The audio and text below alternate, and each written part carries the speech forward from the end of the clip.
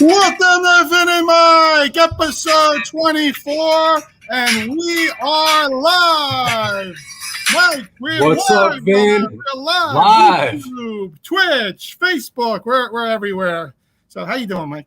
I'm doing great. First live show. It's a wonderful live show. I'm happy to, do a live show and talk to our audience and all the fun stuff we're going to do tonight. We have a great guest who we'll introduce here in a minute. But let me start by doing our little partnership. Vin and Mike is now brought to you by Viggy Bets. Check out Viggy Bets on Twitter and Instagram at Viggy Bets. And today, I'm going to just jump off the script real quick. Viggy Bets had a nice $500 giveaway today on his Twitter. So if you were following Vin and Mike and to go to Viggy Bets on Twitter, you could have signed up for the $500 giveaway. He does a lot of that all the time. So, but also if you DM him right now, he'll give you a 14-day free trial on a VIP membership. And if people don't know, he's also the 2022 Top Cappers Classic Charity Award winner. So check out Viggy Bets. All right. So tonight we have a tremendous special guest with us. And here she is, Renee Washington. So for people that don't know Renee is a sports reporter and host working with ESPN and MLB Bro. She's a former 3-time All-American and Soccer Hall of Famer. She's covered all sports collegiately or professionally, and most recently worked with the NBA, WNBA, NFL, MLS, and MLB. Is that it? Outside of reporting, Renee is also a motivational speaker, an entrepreneur, and author. In December 2020, she launched the organization Planted, Not Buried, focused on providing a supportive, inspiring network for professionals. Renee, how are you tonight? Welcome. Well, thanks for the great intro, and thank you for having me. I appreciate it, Vin and Mike. I'm happy to be here. How are you guys doing? We're doing great. We're happy to have you. It's a real exciting time for us as we're our first live show, and you're part of it, which really makes us even more excited about on the show tonight, Renee. I didn't know that the pressure was on and that this was the first show. And also I missed the memo that we're apparently supposed to be matching today since you're both wearing the same color. So you guys look at that. Dark here. Look at that. We're wearing our Eagles green for you. No, jet screen. Sorry. Oh, jet screen. Oh God, sorry. I'm sorry, Renee. I'm sorry he mentioned that. No, ew. So, for our audience, if you didn't hear, Renee has a tremendous biography there. She's covered a lot of sports and everything, and figure, we'll just jump right into it. And, Renee, as someone that's covered the NBA, we just came off a tremendous 6-game finals, Golden State winning the championship led by, Steph Curry. I'd like to get some of your thoughts on the Warriors and the Celtics series. Man, what a series. Honestly, the NBA playoffs this year were just very exciting. And the way that it ended, you kind of got a little bit of everything. We got the bad game of game 3, I believe it was. We got the game 6, which started off really bad in the first half, then actually ended up being a good game in the second half. And we saw some phenomenal performances. I mean, Steph put the team on his back. And the difference was that down the stretch, game 5, game 6, Draymond finally played well. Andrew Wiggins, who had been playing well on and off, had really good games to help them close out. And then players like Gary Payton II. But the player that really surprised me most for Golden State was Jordan Poole. Like, I honestly was like, little Steph. The way he was just knocking down shots and he just was playing with that extra swag. And he was the number 2 that really helped Steph, 43 points, 30 plus points. And it was Jordan Poole that was the number 2 guy. So it's been an exciting time. It's been crazy to watch, and I'm all for good basketball and was just happy to see 6 good games, or 5 good games, I guess you could say. Yeah. Renee, what I was most impressed with, obviously, Steph Curry would never want to play horse against him. I mean, he could hit it from pretty much anywhere. But you just look at the dynamic of the team, and that was the 4th championship. And basically, it was in different different aspects. They won with KD, without KD. They won 15 games 2 years ago, and what they accomplished, I mean, just incredible. That's what made it even more remarkable. I mean, you talk about 4 championships in 8 NBA seasons. And as you talk about that, every single group had its own identity. We had the Warriors dynasty team that ran through everybody. We had the KD group. We had, as you mentioned, without KD, we had now a group this was definitely the weakest of all the Warriors teams that we've seen. And they still found a way to win with a lot of contributions and guys just stepping up in the right moments. But it was just remarkable to see how they got back. I think that's the most exciting thing about this, as you talk about last season getting knocked out of the play-in tournament, the season before that not even being in the bubble, and now here you go, fast forward 2 years, you finally get Klay Thompson back from 2 major injuries, and you get over that hump, and you're a champion. Like it's like a storybook. This will be a great documentary or like 30 for 30 special that we'll be watching in like 20 years. Yeah. What I really like about this Warriors team is that core 3 guys. It's something you don't see a lot in the NBA, but 3 guys that got drafted by Golden State, brought them up together. They've added a lot of different pieces through the 8 years, but yeah, you have the core 3. Steph, Klay, and Dre, right? I mean, that's what it comes down to. But I'm interested in hearing what you thought about Jason Tatum's play in the last couple of games. I think he really, really fell off a cliff. I don't know if he got tired. I don't know what was the whole makeup of the situation, but I'd like to get some of your thoughts on Tatum's play there in the last couple of games.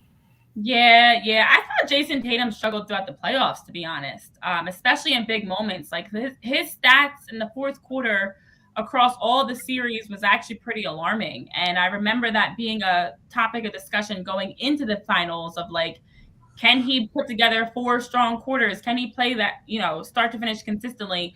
And I think that his youth showed, the inexperience showed. I mean, this part of the season, you talk about the playoffs and you talk about championships. It's not for everyone. It takes a lot mentally, emotionally between the travel itself of the quick turnarounds and flying from city to city to even just the pressure that's on the line. And as, the guy that was leading the Celtics, you saw him kind of cave into that pressure a little bit and a lot of that youth and inexperience in these big moments. And obviously the Warriors, especially their core 3, you talk about Steph, Klay, and Dre, and then even Andre Iguodala, they've got pieces that have been here many times, not just once, many times, and also been there in situations where they haven't won and been on the other side of that and know what that's like.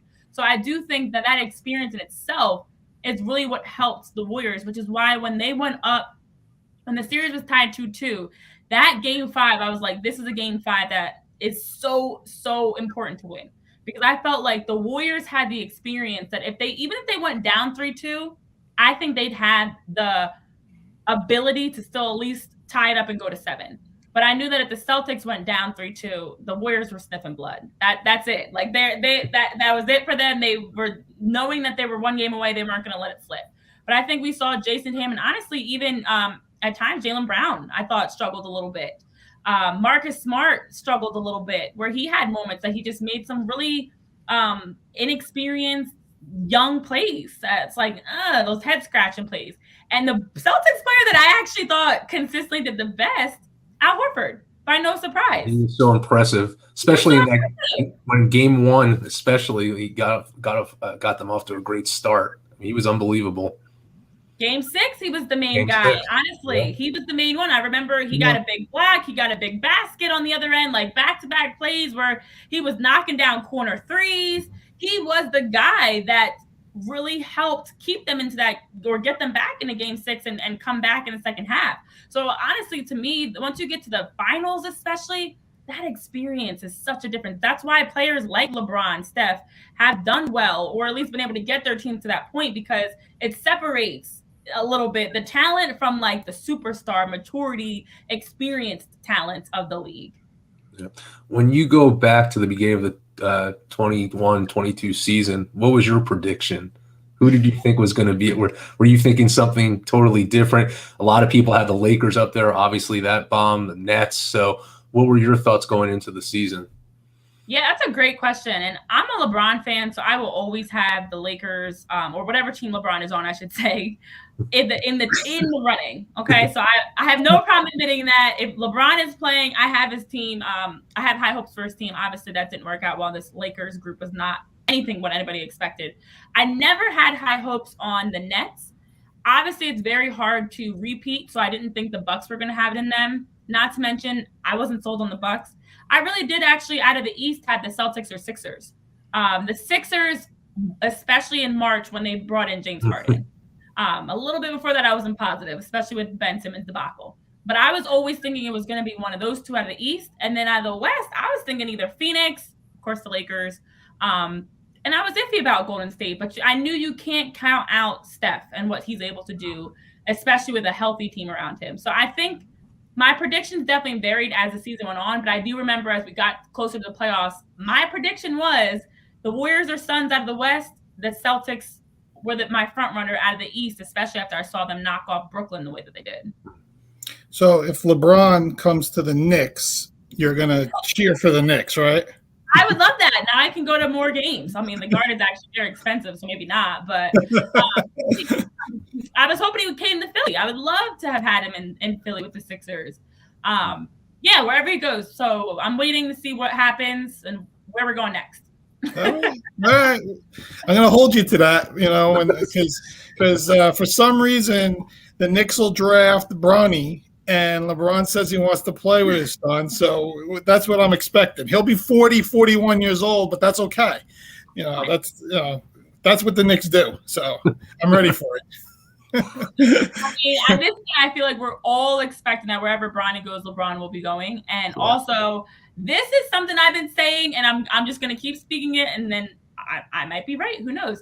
I kind of feel like for LeBron James, these non-playoff seasons kind of work in his favor. He's obviously older in his career. You're in the final years of your career, trying to wait to see if you can make it until Bronny gets to the league.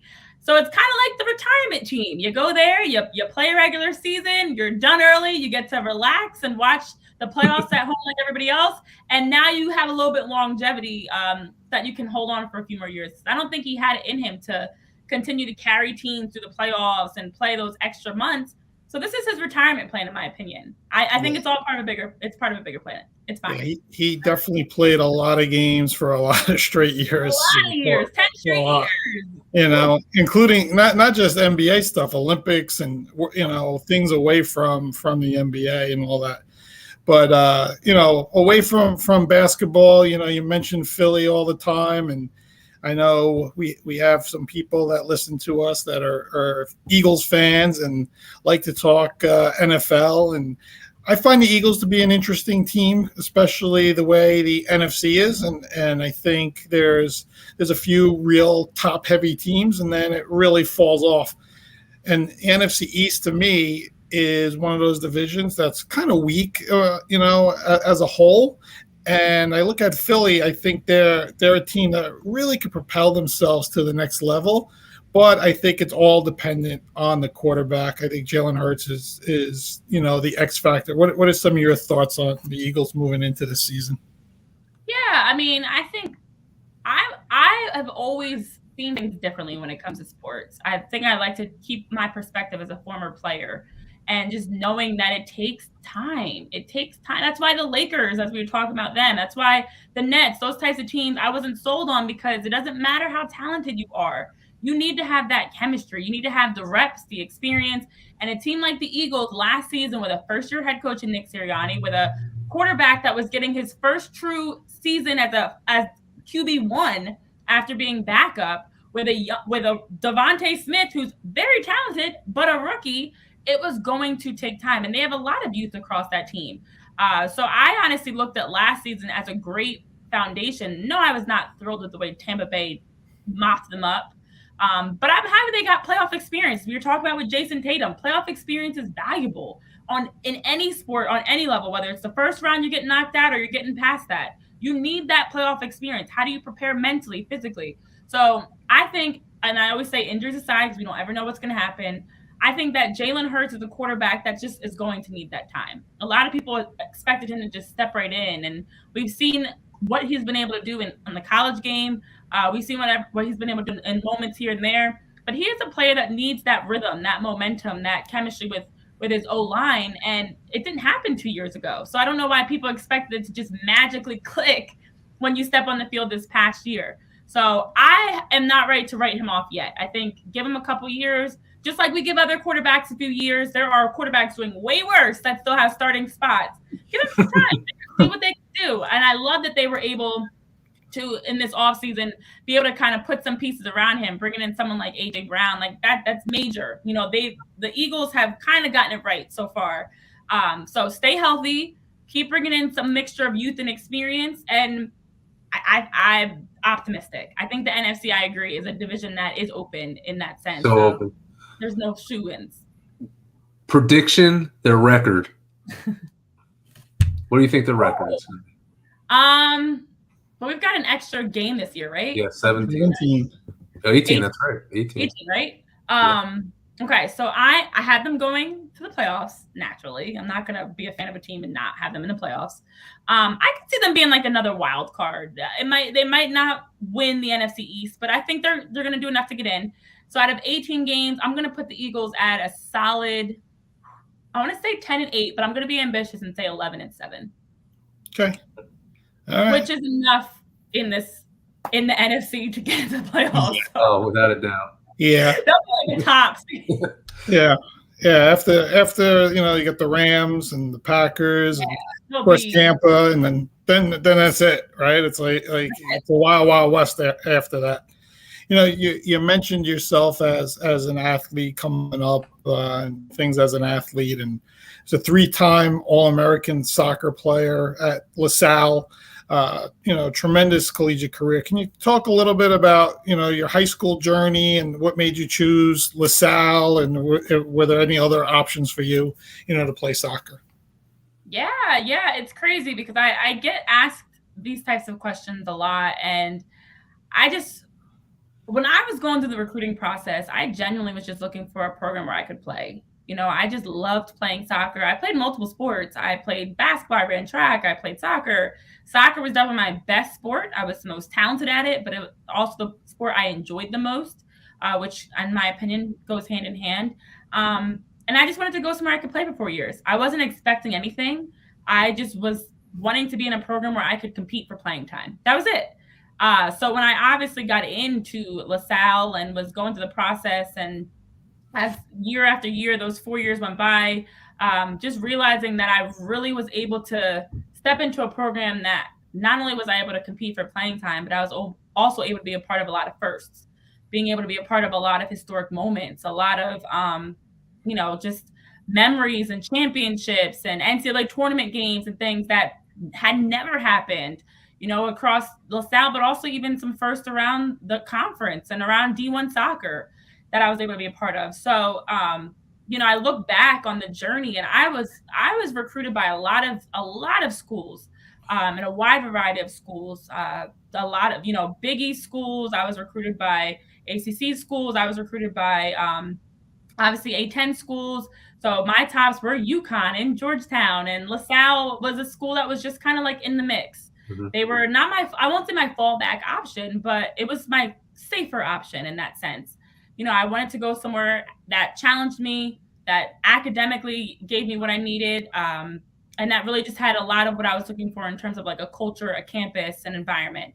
And just as I was going through the process, I just kept finding little things that were standing out to me about each school, each coach, each team that helped me kind of navigate through and figure out which made the most sense. And I don't know why I chose my major. I don't 100% know why I chose LaSalle, but I'm glad I did. I look back on it, and it's kind of a blur now, but I just remember it just felt right. It just made sense. It just clicked. It was like, okay, this is the one. And no, it was not a perfect 4 years. There were a lot of challenges, a lot of adversity, but I look back and I'm like, I changed so much. You talk about high school to through college. I'm like, I was a completely different person from high school to college, and just what it allowed me to learn about myself, to grow, to mature through my experiences on the soccer field, running track, doing all the things that I did academically. So it was incredible to be a part of it. Yeah, and just piggybacking off that, and then obviously had amazing soccer career in college, and then you elevated that into the broadcasting field. So how did that all happen, and how did that all escalate? It's interesting because it's, for many, seems like an A, B, C, D type of thing. Like I just naturally moved from one thing to the next, and I wish it was that easy. I was actually a public relations major for undergrad, so I was in the communications department, but I was interested in more of like PR marketing. And as I was just navigating through trying to figure out, based on my internships, what I liked and what I didn't like, I just kept finding little bits and pieces that I was like, I think it's sports reporting. I think I want to be a sports reporter, but it's not something I actively knew was a career option, to be honest. I didn't grow up, and I grew up watching sports and going to games, but it never clicked as something that I could do, that was possible for me. I didn't see as many sports reporters that looked like me, or that had my background or had my experiences. And so I just slowly started finding ways to get in. I was coaching at Lehigh University. I was getting my master's, and I was like, this is the time. I got 2 extra years of academics to now take that time and also, as a student, get internships, get experience. I started freelance writing. I started working with the Lehigh Sports Media Department. I just started trying to find ways to grind and build my brand as a sports reporter, and just slowly, one day at a time, chipped away. And now I look back, it's been actually, this May made exactly 6 years since I officially started working as a sports reporter. But it's just crazy to think about the strength and the possibilities when you take that leap of faith, and when you try to pursue what you're passionate about instead of just settling and being complacent for what's easy. So it's been a journey, to say the least. Yeah, that's great advice. I mean, Vinny at the beginning of the show read all the accolades about you. So my question is, you covered a lot of different sports, a lot of different reporting. Is there one specific event that really sticks in your mind the last 6 years that was the game, and that was something that you will always look back at and said, wow, I covered this? Oh, that's a tough question. So I've been a part of a lot of different games. See, it's hard because there's all different sports. Nerd. Yeah, and I'm such a nerd about sports reporting that, like, I am like a 5-year-old when I'm at games, where I'm just like so excited. Everything is exciting to me. I love interacting with people. I love the interviews. I'm watching the game, like, all into it. But there was a game I did actually last year that stands out as you were talking through that question. And it was a football game between, it's actually Princeton and Harvard. It was a homecoming game. It was a great crowd. Ivy Leagues, for any type of Ivy League games, especially 2 programs that have played each other with the history that they have, there's always that extra edge. And that game actually went into 5 overtimes. Wow. And, I didn't even know the college overtime rules fully. I'm like, what happens after 2, 3? Like, what are we doing here? But just to, like, see that, and it was like, it was just madness. It was chaos. It was exciting. But I love those types of games where even I walk away from it having been a part of something for the first time, or learned something new, or like just forced me to stretch outside of like the usual routine of reporting. Right. Because I'm like, whoa, I need to have a hit for it. I'm not ready. I'm not used to this. It's post game and you're done. But there's multiple overtimes, and I need to have multiple stand-ups and interviews and things that I'm adding into it. It even forced me as a reporter to have to, I mean, obviously it was easy to talk about, don't get me wrong, but just exciting, and just reminds you why we love sports. Regardless if it's college or professional games, when you see that excitement of a team that's just like won in the final seconds on a dagger, or that late touchdown, or that late goal, whatever sport you're covering, I am still like, okay, gotta keep it cool. Can't cheer too much, but all those moments just takes me back to why I started playing sports and why I love sports and got involved in the first place. Yeah, there's, I think one of the reasons we love this podcast is not just the interaction we have, it's our genuine love for sports. I mean, we could sit and talk for hours and really like just dig into so many things that probably people don't even want to hear us talk about, but at the same time, sometimes we just do it. Now, I want to ask you a little bit about MLB Bro. What is it all about, and what's the objective of the site itself?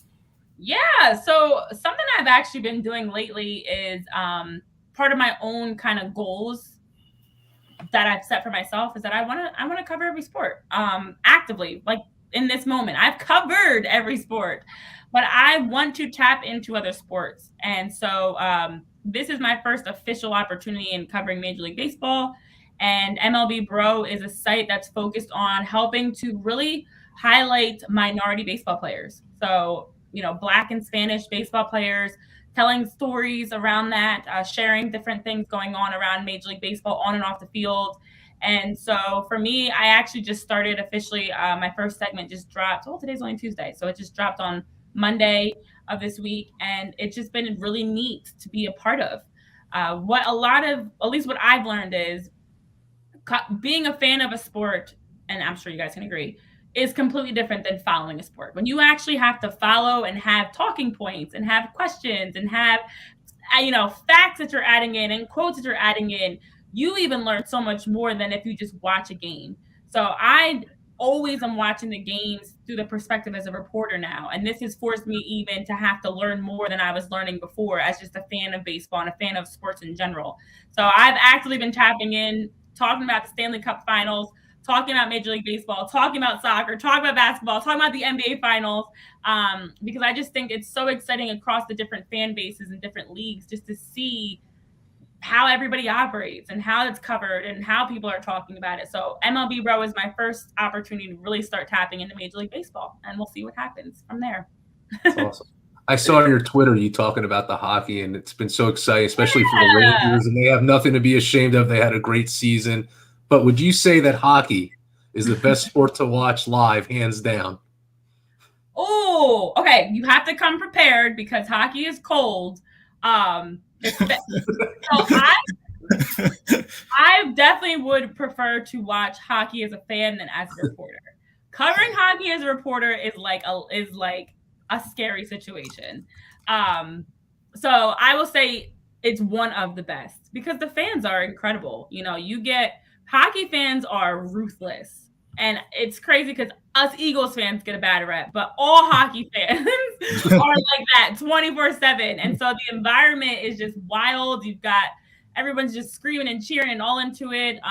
That's what it's all about. So I would say it's definitely a top sport, in my opinion. Like, I think of baseball fans are similar to, I hate to say it's like golf fans and tennis fans, where it's just more like, it's just laid back.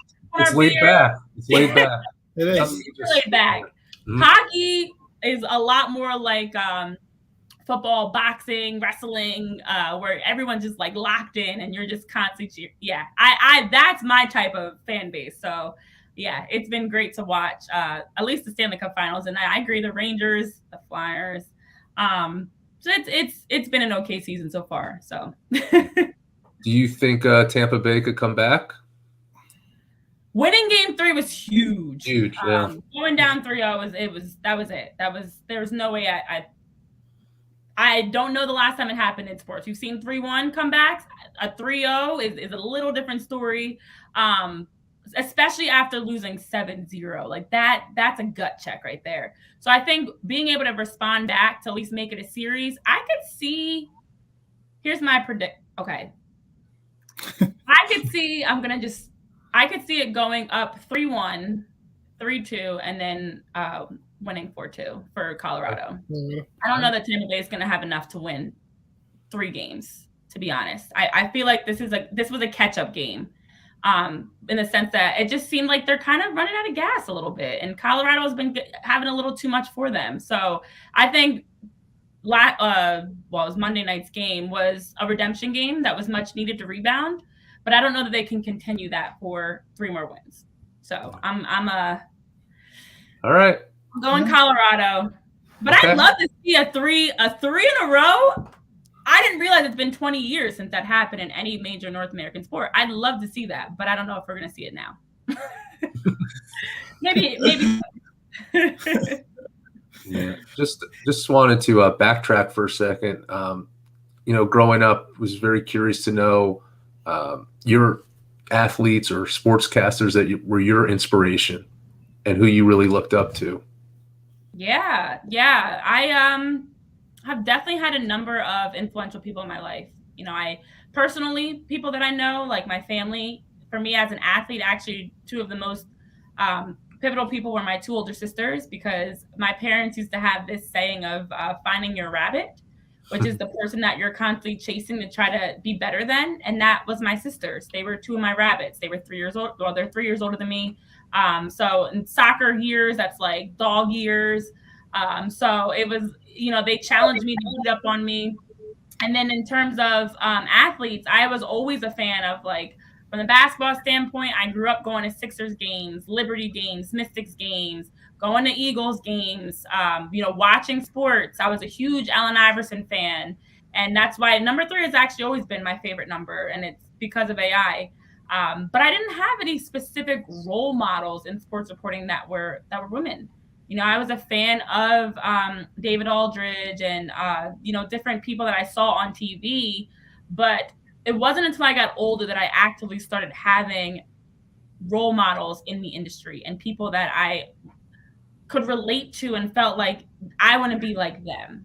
So as a kid, I was just watching the games and I didn't really realize it. It wasn't until I was much, much older. And even I can admit that, whether that's ignorance or just lack of awareness or what, but I had no idea that, like, oh, that's what they're doing. They're talking sports on TV. That's a job. That's a career path. I was just so locked in on the players. That's what I was looking up to. I wanted to be a professional athlete. That was all I was focused on doing, that I even missed all the other that was going around it, to be honest. Yeah, that's great. World Cup is coming this year. Are you excited for any specific country outside of the United States, of course, to do well in the World Cup?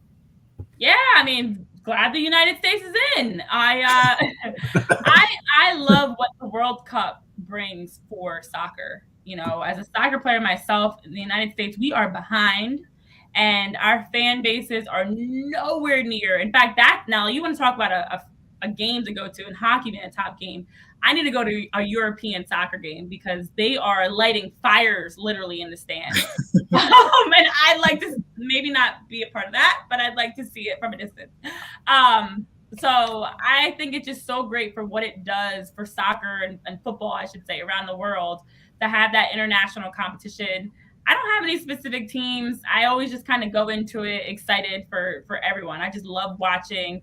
You're just a lover of sports. I figured it out. Like, growing up, you watched everything. That's why you cover everything. It all makes sense. There's a correlation here with what you do. I'm glad. See, Mike, we're here. I'm glad that you're picking up on that. I mean, 100%. 1,000% that is me. Yeah, I'm not like that. I need my Yankees. I need my Raiders. If they're not doing what they need to do, then I'm just I have issues. Which, as a Raiders fan, I have lots of issues. Wow. Okay. Yeah, you're all over the map there. You're all over. Yeah. Mainly New York, but I flock NFL Raiders for many moons. When I was growing up, I got to watch Monday Night Football as like the highlight of your week, especially there wasn't the coverage like it is in the NFL now. And Monday Night Football was really Steelers, Raiders, Dolphins, Cowboys, and you chose one of those 4 teams. And that's why, if you ever noticed, a lot of national audiences are still those 4 teams, because they were like the teams that were on Monday Night Football all the time. So I just happened to pick the Raiders and stuck in this purgatory for a long time. At least you're loyal. You are a loyal fan, because the fact you're still a fan, you are clearly not a bandwagon fan at all. No, not one bit. And I get to make fun of the Jets. Oh, stop it. Stop. Yeah, talk about loyal. I'm a Jets and Knicks fan, so there's a lot of loyalty for those teams. And hopefully they can win in my lifetime, I hope. Well, hopefully at least win some more regular season games. Start there. It's a good start, right? I have more. I don't know, actually. I have more faith in the Knicks doing more postseason wise. They have to make some major trades. The thing is, I was talking to Vinny about this. They need an A player. Yeah. They don't have that guy. And Julius, and I like Julius Randle. Listen, I do, but he's not the A player they thought he was going to be. He's not happy there. But you really have to think of that combination of who you're going to trade with him and what you're going to get, because that's what they're missing, and they haven't had that in a long time. So until they get that, they'll be at most a 500 team. They need that A player. Yep. That's it. And I think, honestly, we're seeing the same thing as the different discussions that come out around like Kyrie Irving and Kevin Durant. There are certain players that are very talented, but they're not guys that can lead a team. Like what we saw Steph do with Golden State is not an easy thing. Yeah. For you to be able to literally put the team on your back, not get too high, not get too low, do what needs to be done day in, day out. Injuries aside, doesn't even matter. You're going to find a way to help your team win. Julius Randle is definitely not that guy. If you're talking about building a team to be able to be primed for a championship or at least a deep playoffs run, they need more. You need depth. They definitely need depth. They definitely need a little bit more talent. Yep. Better bench would be good. So there's some boxes. There's some things that got to have to be worked out. I think if they could start with at least one good draft pick, since they haven't really had one since Patrick Ewing, that right. And they followed it, and honestly, just a solid starting five. To be honest, man, some of your go-to players need to be reserves, and that's a problem. Yeah, but it's been a problem for a long time, and we suffer. We suffer here. But, better though, because there was a time that the Knicks were just awful. So at least it's been more competitive. No, they've definitely been more, but there's still a piece missing, a big piece. We had the Patrick Ewing and the Carmelo years, so they were competitive and they were good. But the last 10 years have been tough. Hey, we had Linsanity, okay? That's right. The frustrating part is that the Knicks have, I feel like, the same issue kind of year after year. So it's like, when are we gonna make a change that's more effective? But like the playoffs run they had, what was that, a year ago? That was exciting. Oh, they played. Yeah, Trae Young kicked our ass. Trae Young. It was a Trae Young show. I was just happy we made the playoffs, though. Baby steps. Oh yeah, small victories. Got to start somewhere. That's how I feel about the Eagles. I feel the same way. Now, granted, we at least won a Super Bowl recently, so I'm set for a few more years. But you want the team that you're rooting for to at least be trending in the right direction. Get into the playoffs. Get a deeper run into the playoffs. Be a team that's at least competing for a title. But yeah, back to the original point. I am just a sports fan in general. I have some of my teams, and I think it might even be because I work in sports now that I just find myself kind of staying objective. But I definitely have some of my go-to teams in the Eagles and Team LeBron. That's great. We really appreciate you spending time with us today. It was great. We dug into a lot of different topics here, jumped around, but it was awesome to talk to you about everything and get your insight, and really appreciate you spending this time with us. So really thank you for that. Thank you so much. Yeah, thank you both for having me on. It's been a pleasure, and I'm glad I got to be a part of your first live episode as we kick things off. So thank you so much for everything. Thank you, Renee. We'll be talking soon. Yes, have a good one. You too. Bye. Bye, Renee. Okay, that was Renee Washington, everyone. Really, really good insight on a lot of stuff, Mike. She's fantastic. If people don't know her, check her out on Twitter, on Instagram. She's just like Mike said. She's a go-getter. She's a go-getter. Yeah, and really digs into a lot of different sports, and so impressive. And just reading her biography, all the stuff that she does and is doing, it's just great. So thank again for having her. But here we are live, and I was looking at people coming in and out of the room as we were live, and seeing all different people jumping in and out. So it's a lot of fun to see the engagement from the audience, and look forward to continue to do live shows moving forward. This is how we're going to do things.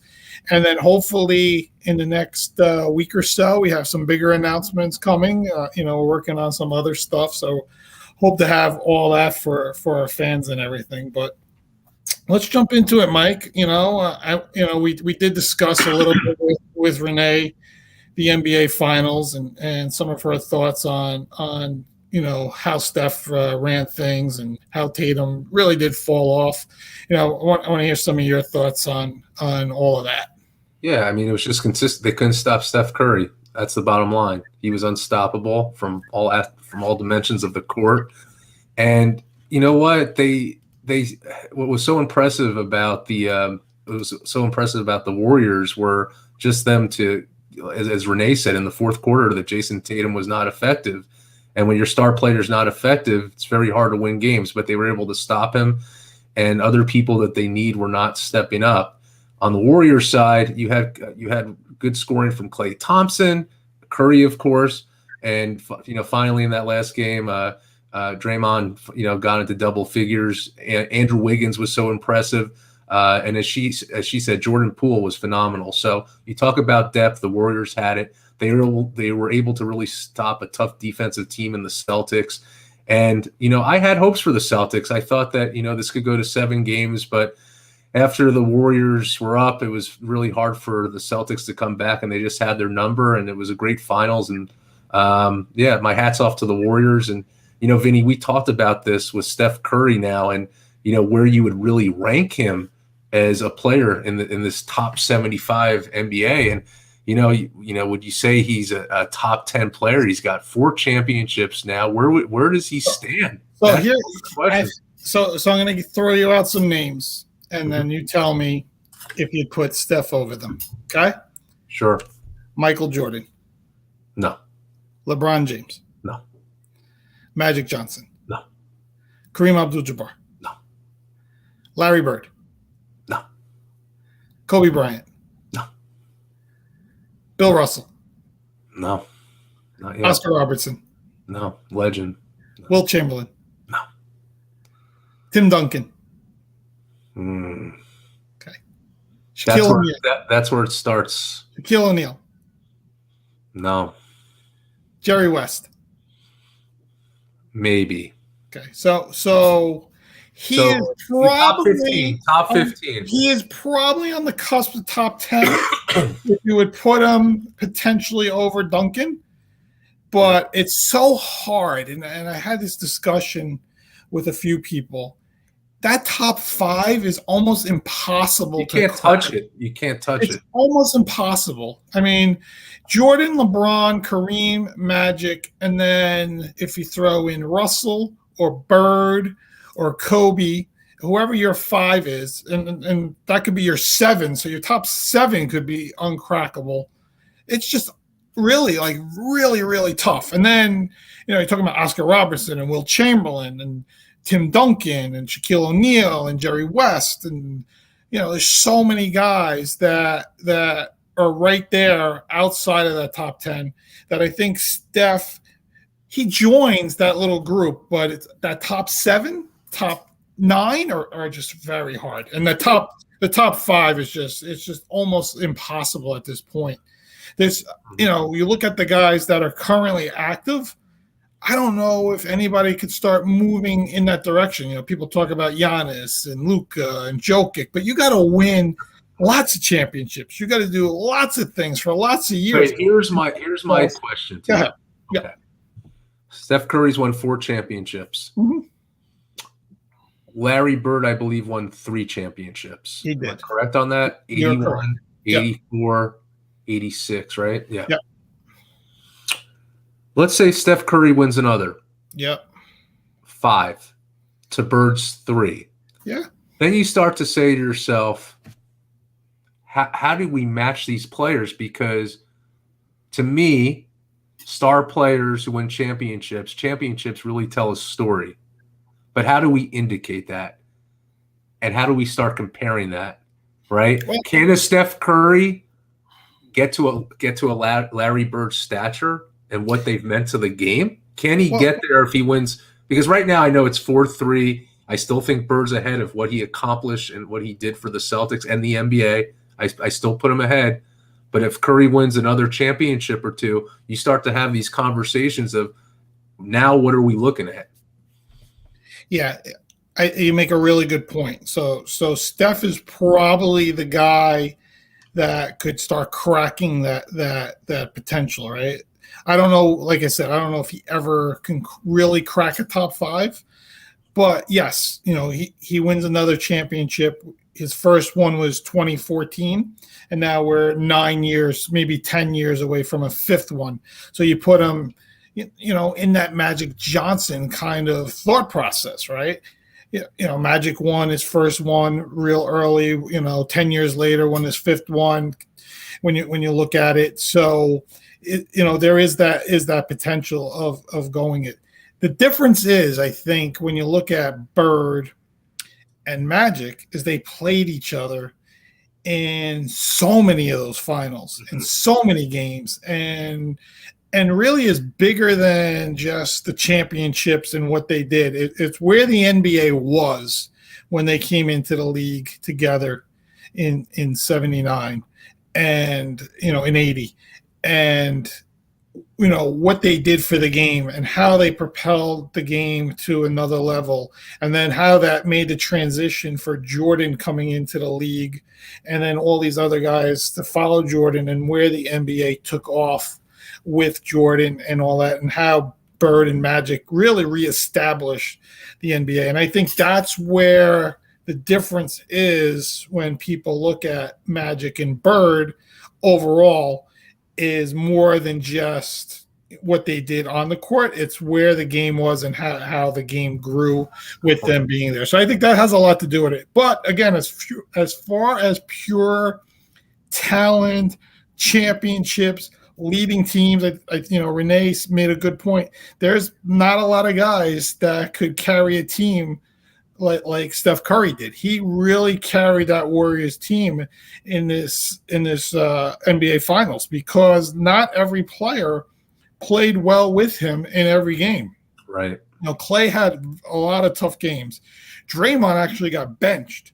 Wiggins I think Wiggins probably had the second best of the series. Poole was amazing off the bench. I thought Gary Payton coming back, from his injury and really playing a lot of minutes was huge for them. I think those are the things, but it wasn't consistent for all 6 games. The consistent element was Steph Curry. He had the one bad game. I think it was game 5 where he didn't make a 3-pointer first time in his playoff history, but they still found a way to win.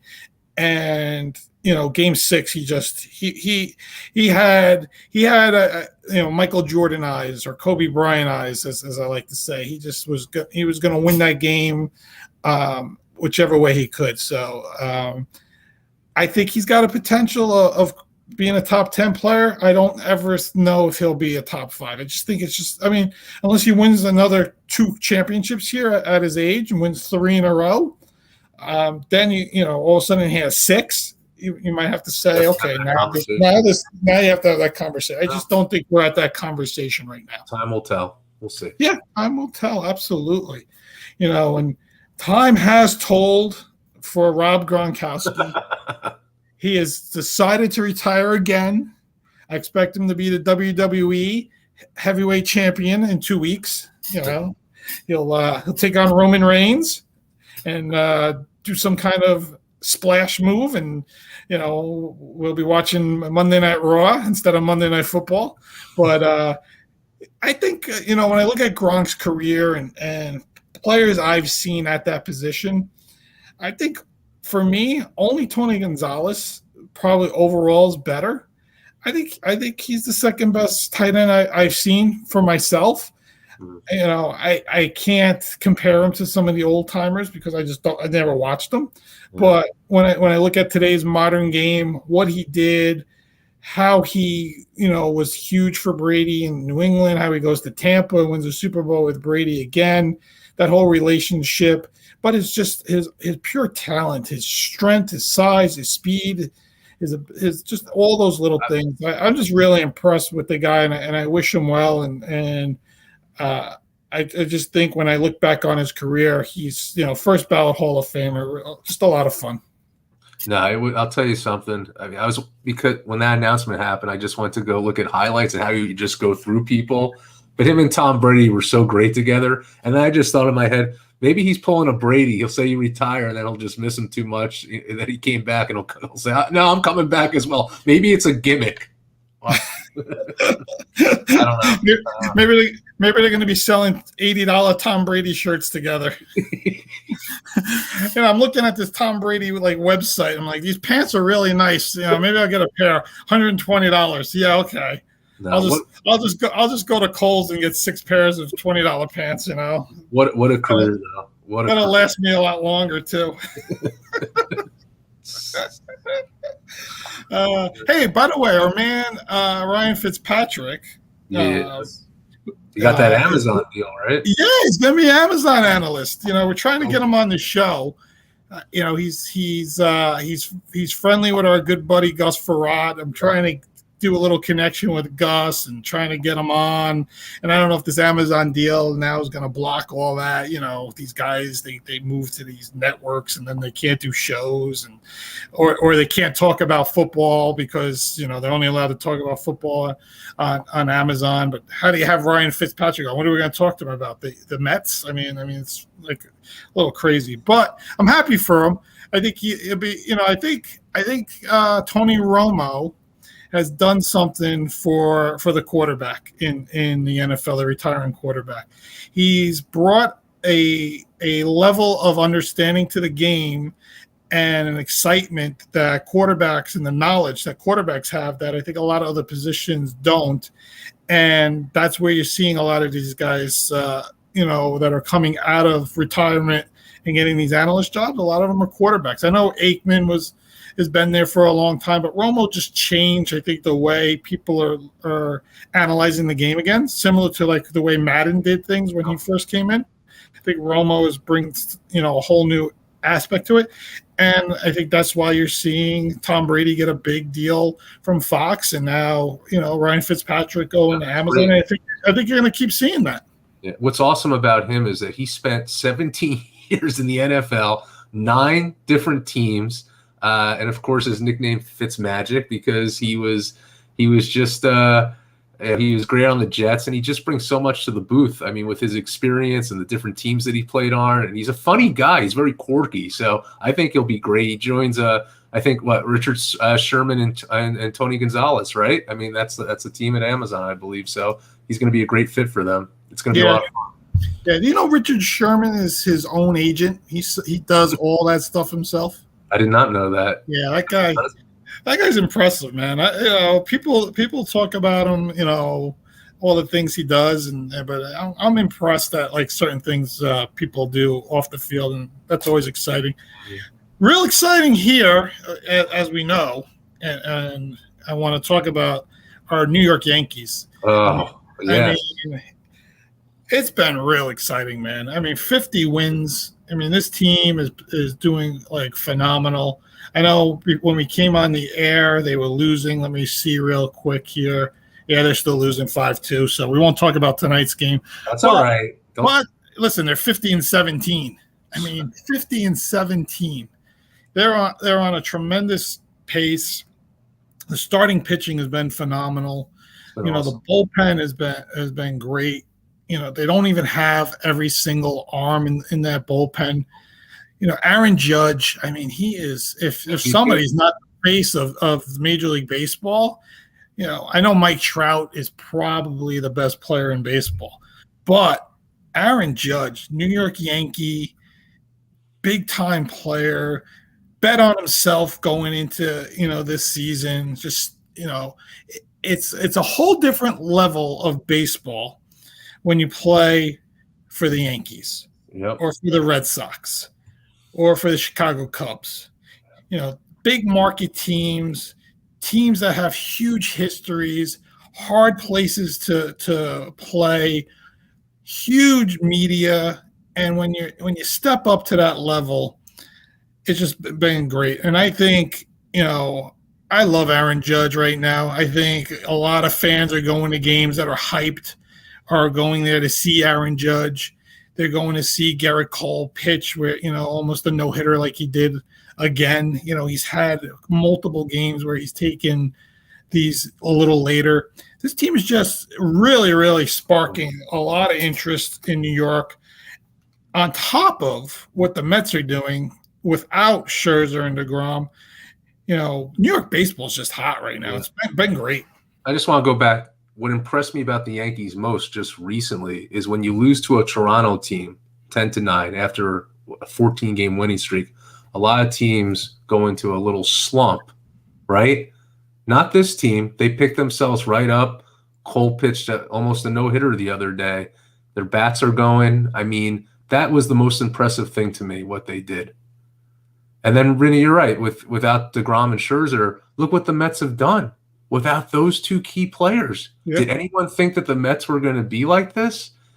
I was just impressed with the West Coast road trip. They had some tough teams to play, and they had a really strong road trip. A lot to celebrate in New York baseball. And you know what?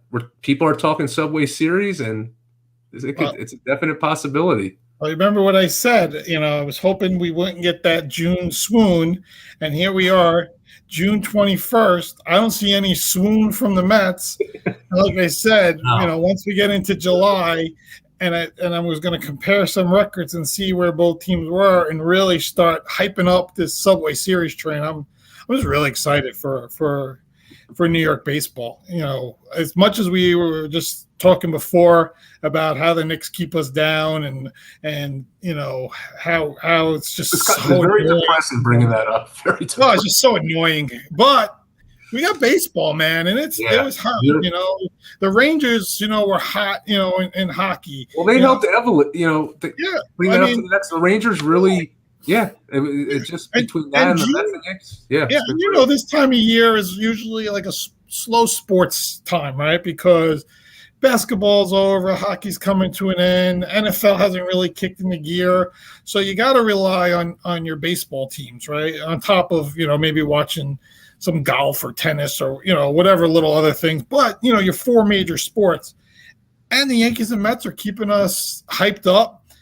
Aaron Hicks with the big triple last night to score the go-ahead run, a guy that everybody in New York has been killing, left and right, starting to hit, come through, and again, like I said, the pitching has been unbelievable, just unbelievable. Still got a long way to go, like I said, but I'm feeling like really good about this team, both teams. Mm-hmm. Pete Alonso, I don't want to shortchange him. He's been hitting the cover off the ball, across the subway there over in Queens, and just a lot of good stuff, man. I'm just really, really enjoying this baseball season. I'm really, really hyped for a lot of things. The other thing I'm really excited for is we're getting close to football opening, fantasy football, DraftKings, all the stuff we're gonna do, and a lot of talking about all our bets, our parlays. Hopefully we'll announce to everybody soon how we're gonna do a couple different shows and how we're gonna do things. We hope to have some of those announcements. Check out our Instagram, Vin and Mike podcast. Our Twitter is Real Vin and Mike.